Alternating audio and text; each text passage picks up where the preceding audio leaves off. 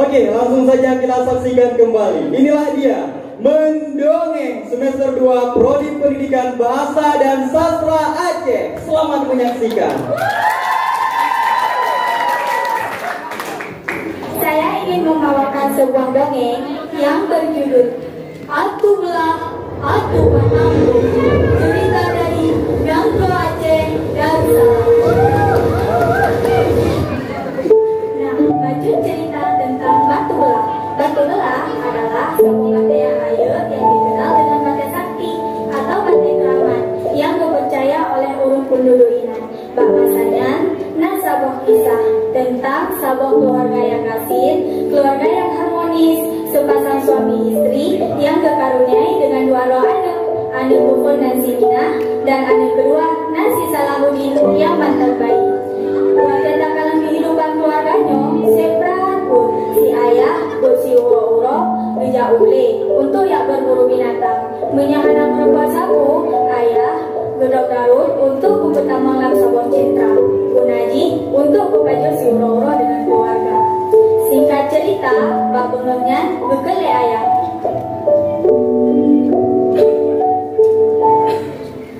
Mak, lon uronyo miacok. Mak lo uronyo miak minta rusak. Jadi berat lesia sampai cat uro, antu tanya akan tak baju mangat. Oh, nyan mianan miacok Darut, betuan untuk minta jentera nan dengar.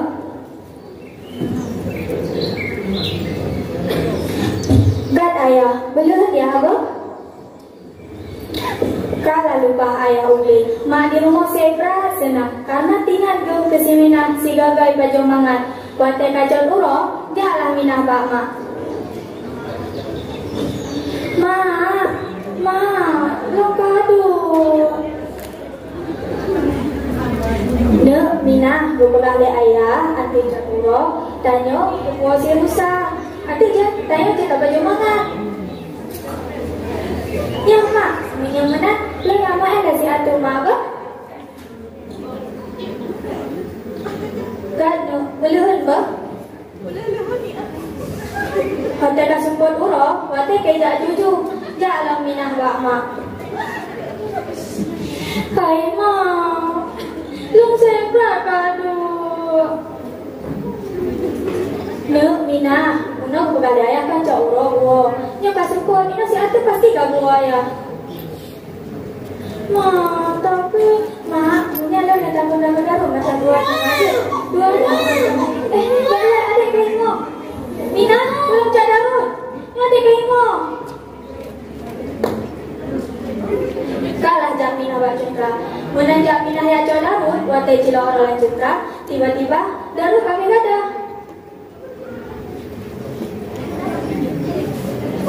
Kami ikut darun. Mak, kami ikut darun. Anaknya darun yang cendera. Hah? Mina? Bukan luka, rubah, bukan. Mak, darun kami ikut. Ya Allah, Mina, bukan anak buka. Udah aja yuk coba, Mak. Bukan anak buka, no.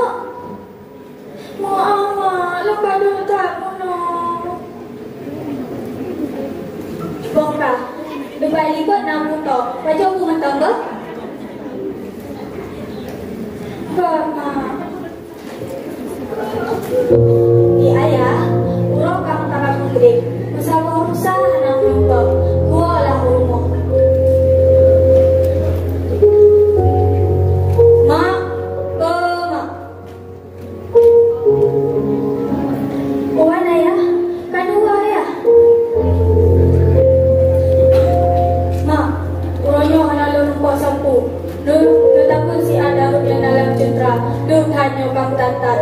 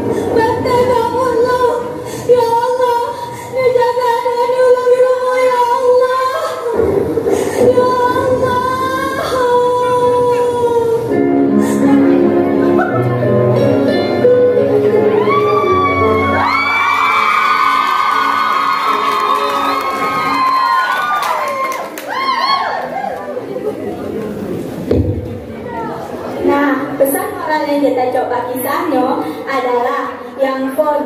Tanyo harus tentang kendali emosi. Karena emosi, Tanyo akan kehilangan kurnia Tanyo sayang. Pesan moral yang kedua adalah pengorbanan mak ke anu. Mak rela bersemungut walaupun mak betul yang imbas itu mak. Cukup sekian dari saya. Assalamualaikum warahmatullahi